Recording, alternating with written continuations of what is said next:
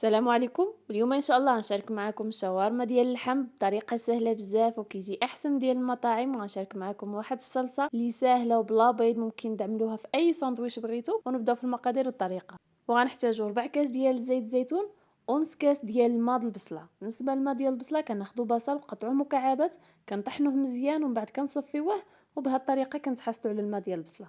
ونضيفوا عصير ليمونه واحده، وغناخذوا نص معلقه كل من الملحه، فلفل اسود، الكيمون، وسكينجبير اللي هو الزنجبيل، فلفل احمر هي بابريكا، والقرفه والكركم والزعتر والسكر. هاد المكونات كامله نضيفهم منهم نص معلقه صغيره. صافي نخلطوا المكونات مزيان على الطريقه هذه. وناخذوا واحد الكميه ديال اللحم، هنايا خذوا كميه حسب الرغبه. كناخذوا اللحم ديالنا ونقطعوها شرائح يكونوا رقاقين كيف كتشوفوا. قد ما قطعناهم هيدا رقاقين قد ما احسن.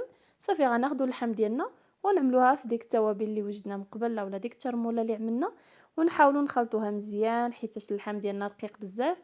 داكشي علاش نحاولوا نخلطوا مزيان باش دوك التوابل كيدخلوا مزيان في اللحم ديالنا.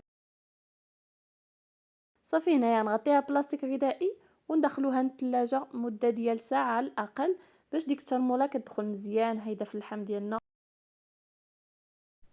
وغنشارك معكم واحد الصلصه سهله بزاف وبلا بيض، وممكن تعملوها في اي ساندويتش بغيتو، وخصوصا في هذه ديال الشاورما كتجي رائعه بزاف. فكناخذ واحد الكاس ديال الحليب وجوج كيسان ديال الزيت النباتيه وربع كاس ديال الخل، ونضيفو 3 معالق كبار ديال جبن كريمي، اولا ممكن تعوضوه بجبن مثلث، تعملوا 3 ولا 2 ديال القطع ديال جبن مثلث. نضيف واحد 4 معالق صغيره ديال الملحه، وربع معالق صغيره ديال الفلفل الاسود. وفي هاد الصلصه ممكن نضيفوا حتى الثوم. تاخذوا هيدا واحد الفاس ديال الثوم قطعوه مكعبات، ومن بعد كنطحنوا هاد المكونات كلها مع بعض، وهذه هي الصلصه ديالنا.